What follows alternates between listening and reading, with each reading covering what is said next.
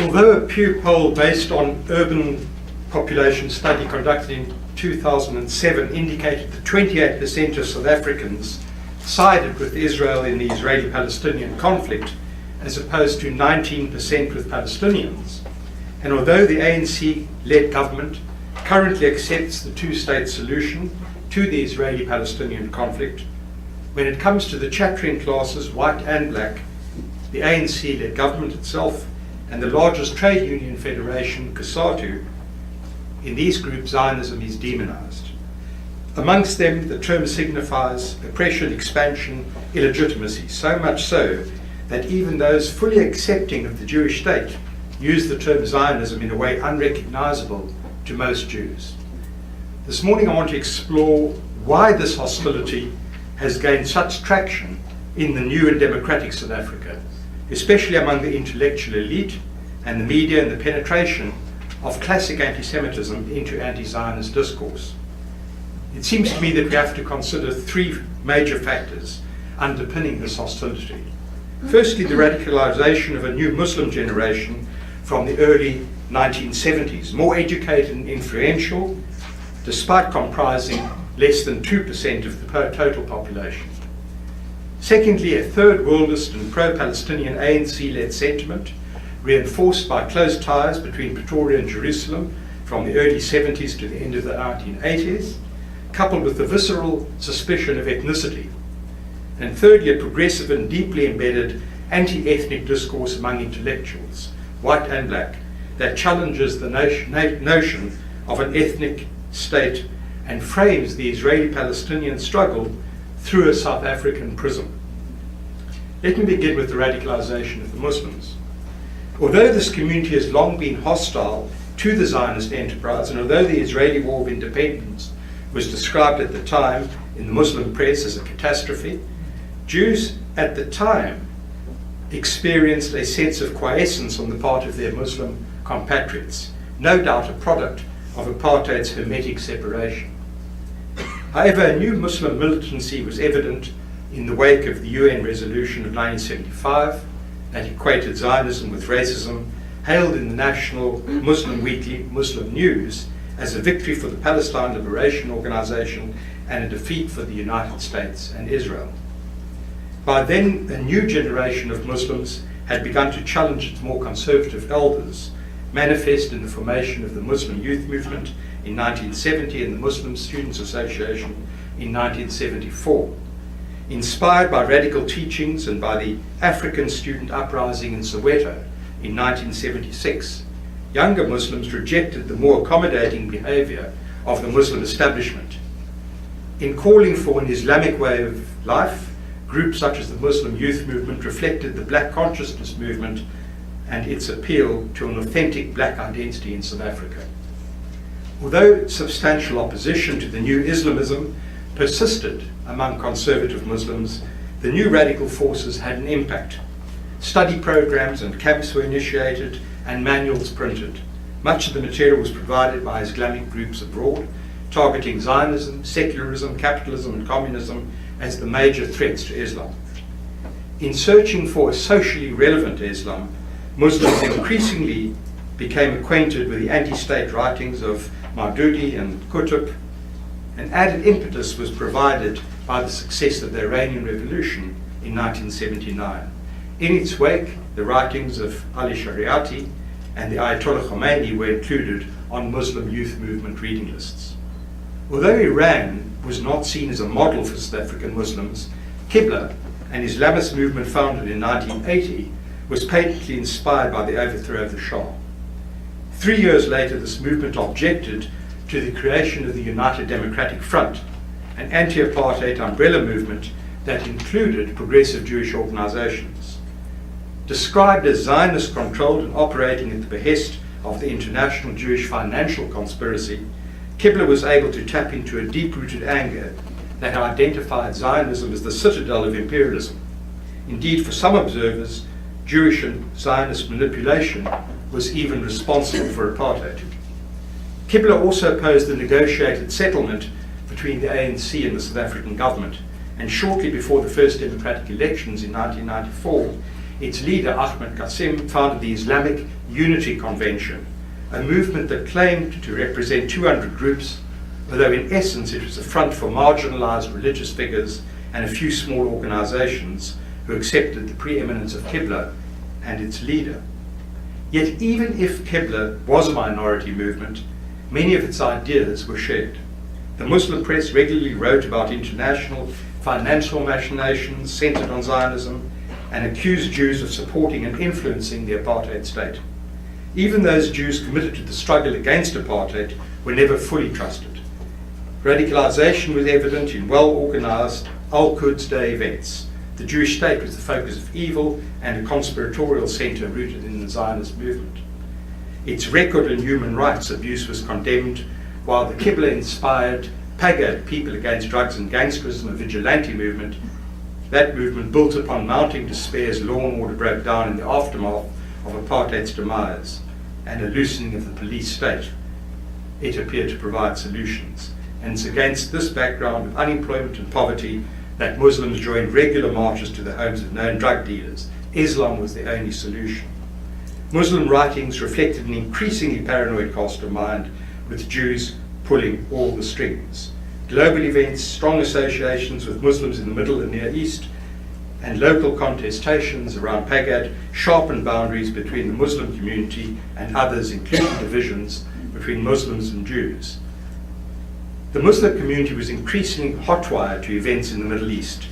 Thus, the infamous pig poster incident in Hebron, Israel, led to heated protests in Pretoria and Cape Town, the firebombing of a Jewish book center. And the hostile mood was exacerbated by the breakdown of the Israeli-Palestinian Oslo peace process. In this atmosphere, even an invitation to the mayor of Cape Metropolitan Council to attend an international mayoral conference in Israel in '98 led to fierce debate and heavy pressure on the mayor from Muslim organizations supported by the ANC and the provincial government not to accept. In the context of such tensions, Qibla-led protests at the Israeli Jubilee celebrations in Cape Town, and the Secretary General of the Muslim Judicial Council claimed it was appalling for any South African to share in these Jewish and Zionist celebrations. The mood was further inflamed when the South African government refused a visa to Sheikh Yassin, the spiritual leader of Hamas, who nevertheless conducted a telephone interview that was broadcast on a Muslim Cape Town radio station. It was thus no surprise that the protocols of the Elders of Zion went on sale at the World Conference Against Racism in Durban, which we've heard about, and we've heard about the hostility experienced at that hate fest. Let me move on to the second point. A third worldist and pro-Palestinian ANC-led sentiment reinforced by close ties between Pretoria and Jerusalem from the 70s through the 80s, coupled with the visceral suspicion of ethnicity. The ANC, together with other movements, had already developed a hostile view of tribalism or ethnicity in its Freedom Charter of 1955, which had stressed the unity of South Africa and which opposed the politics of ethnicity. Intellectually, these positions were underpinned by a critique of the dangers of ethnic mobilization as evident in the Afrikaner national movement. These ideas were further reinforced from the 1960s by Marxian currents within the academy, both in South Africa and abroad. Scholars deconstructed ethnicity while demonstrating how it was being manipulated and used in South Africa as a means to divide and rule, palpable in the apartheid project with its proposed puppet ethnic homelands. A broadly third worldist and anti-colonial Weltanschauung evolved among exiled and domestic activists. They took a decidedly dyspeptic view of the West, its support for the apartheid state, and the Pretoria-Jerusalem axis that had evolved. With such views came a growing identification with third world liberation movements and with the PLO. By the late 1980s, an increasingly radicalized left criticized Israel as an exclusivist apartheid state. At the UN, Dr. Nduzama, the chief representative of the ANC, still in exile at the time, put it very bluntly: the South African people have never approved of Zionism. They see parallels of apartheid in Zionism, and therefore their struggle against apartheid automatically has overtones of anti-Zionism, which is not the same thing as being anti-Jewish, he said. These views were shared by Aubrey Mokoena, a senior member of the United Democratic Front, which, as I said, was an umbrella anti-apartheid movement. Zionism, he maintained, was simply racism, because racism says we close our ranks on an ethnic basis. We take care of the Jewish interests. If you're Jewish, it's okay. If you're not Jewish, out. The former president of the Africanist Tanzanian People's Organization, Ishmael Mkabela, took a similar view, claiming that Zionism was a form of religious discrimination which was, in his view, the same as the racial discrimination faced by blacks in South Africa. This alleged exclusivity ran counter to the non-racial and inclusivist outlook of the ANC liberation movement, both in exile and the domestic arm. With it went a sense of unease with the Jewish state and an easy empathy for the PLO, as the Reverend Frank Chikani, Secretary General of the South African Council of Churches, put it in the early 1980s. There is no doubt, said this prominent Soweto activist, Dr. Mutlana, quote, that black Africans tend to identify with the PLO. Let's be clear about this. There is a perception of the Israeli-Arab conflict as one of almost colonialism of a white race coming out of Europe. It's hardly surprising that with the release of Nelson Mandela in 1990, the unbanning of the ANC and other proscribed movements, and the normalization of South African politics, a broad hostility towards Zionism reared itself in public discourse. Indeed, within weeks of the release of Mandela, the Jewish community was jolted when he warmly embraced Arafat in Lusaka. The day after pictures of the meeting were published, Mandela was quoted as saying, in response to a question, that if his meeting with Arafat and his statements equating the struggle of the Palestinians were that of the blacks were to alienate, and I quote, South Africa's influential Jewish community, that was, and again I quote, too bad. The final intellectual underpinning of anti-Zionism relates to an anti-ethnic discourse among intellectuals, white and black, that challenges the notion of an ethnic state and frames the Israeli-Palestinian struggle through a South African prism. Hostility towards the Jewish state is deeply embedded among intellectuals, aided by the English language press owned by the Irishman Tony O'Reilly independent group from 1994 to 2014, when the group was bought by an ANC-connected Muslim. Under the independent group, a previously benign view of Israel shifted to one of hostility. Robert Fisk, John Pilger were regular columnists, poisoning an already antagonistic atmosphere. Even 9/11 did not temper hostility. Some of it was driven by Ronnie Kasrils, a communist Jew, a member of the ANC underground for 30 years and a senior commander of its military wing, and until 2009 a cabinet minister. Kasrils has consistently compared Israel with apartheid South Africa and sees the Jews as having much in common with the Afrikaners, including the idea of chosenness, which he argues is used to advance the cause of a particular people. It is an exclusivity which gives rise to racism and all sorts of negative things, he explains. Of course, the notion of exclusivity manifest in the ethno-national state has always raised problems for the radical left, insofar it has challenged deep-seated universalism and hostility to nationalism. In addition to these theoretical challenges, the success of South Africa's so-called miracle further undermines the Jewish state. Commentators increasingly ask why Israelis and Palestinians cannot follow the South African example and establish a single constitutional state which includes Jews and Palestinians.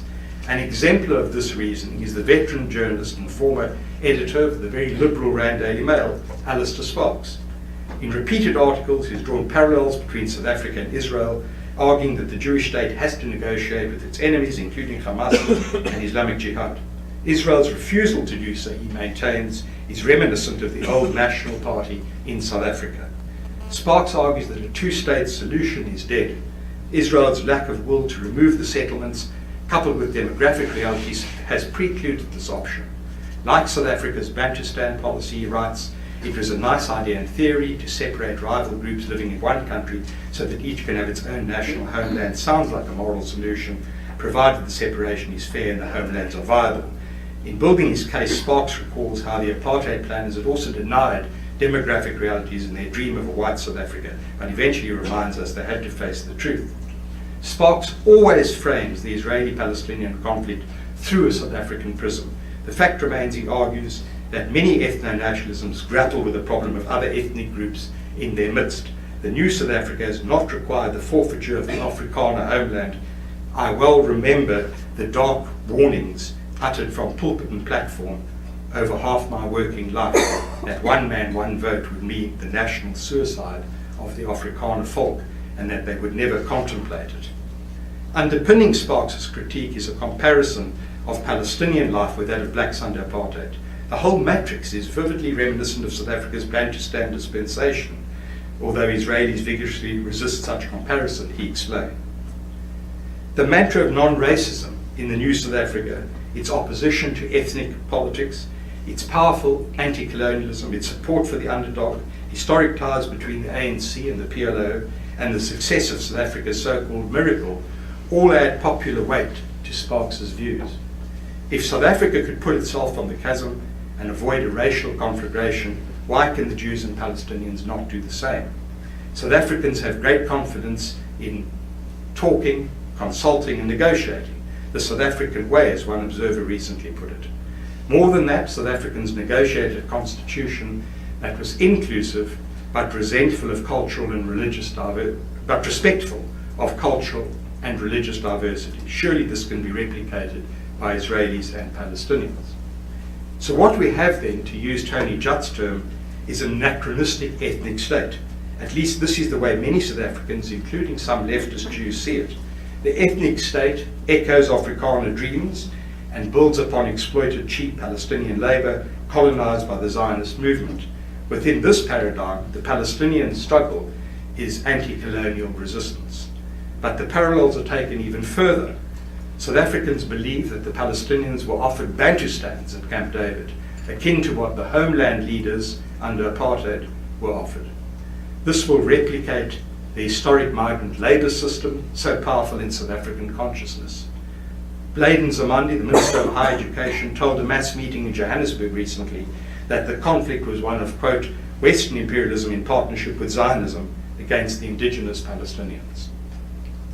Having looked briefly at the intellectual pillars underpinning anti-Zionism in South Africa, it is important to note that at least some of the hostility is informed by blatant hostility towards Jews.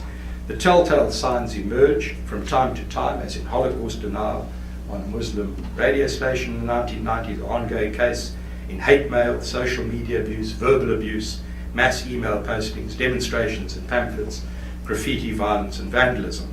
Invariably it tracks the ebb and flow of the Israeli-Palestinian conflict. But anti-Semitism is also evident at the highest levels. Thus, at the time of Operation Cast Lead in 2008-9, South Africa's then foreign minister told a mainly Muslim audience that the United States and West were controlled by Jewish money power. COSATU, the Labour Federation, even raised the possibility of targeting specifically Jewish business. You have 2 more minutes. On another occasion, COSATU spokesman described the South African Zionist Federation as having hands dripping with blood, while Israel was said to be a legalization of Jewish supremacy to further dehumanize everyone outside the scope of Zionist purity. The pressure persisted well after the Gaza incursion, with Desmond Tutu and other prominent figures regularly castigating Israeli actions. In 2010, the University of Johannesburg severed ties with Ben Gurion University of the Negev, and in 2012, the Deputy Foreign Minister called on South Africans not to visit Israel. During Israel Apartheid Week in 2013, protesters led by the South African chapter of the International BDS movement disrupted a concert at the University of the Witwatersrand featuring a visiting Israeli pianist. Later in the year, demonstrators chanted, "Shoot the Jews," in Zulu, outside a concert intended to compensate for the earlier disruption. All the old cannots were once again heard during Operation Protective Edge in 2014. In a particularly ugly communication at the time, an important trade unionist, senior ANC politician Tony Ehrenreich, called on those Jews supporting Zionism to leave the country. So social media, of course, has the usual hatred, but much more disturbingly, the ANC Secretary General, number one person in the party really, Gwedi Mantashe, issued a statement describing the establishment of the State of Israel as a crime against humanity. So to conclude, it's within this context that the BDS movement has had such resonance in South Africa. Fully aware that it's the linchpin in the international movement, BDS South Africa enriches the apartheid Israel critiques, doing its best to keep alive the issue, and to saturate the chattering classes, including the trade unions, with their understanding of the Israeli-Palestinian conflict. Apartheid Israel is central to its efforts and resonates easily with so many who struggle for liberation in South Africa. Jews are accused of siding with the apartheid regime and now with apartheid Israel. Some of the actions are driven by simple hatred of Jews, but this of course will be denied. Instead, a human rights discourse is employed. It's an easy sell, driven largely by well-educated Muslims who are well placed in the corridors of power. A single-state solution is called for. BDS activists connect internationally, appear to be well-funded, employ sophisticated methods. So put very simply, among the human rights-oriented elite, Zionism is considered a 19th century ethno-national movement, and the new South Africa has little empathy for ethnic concerns. Thank you very much.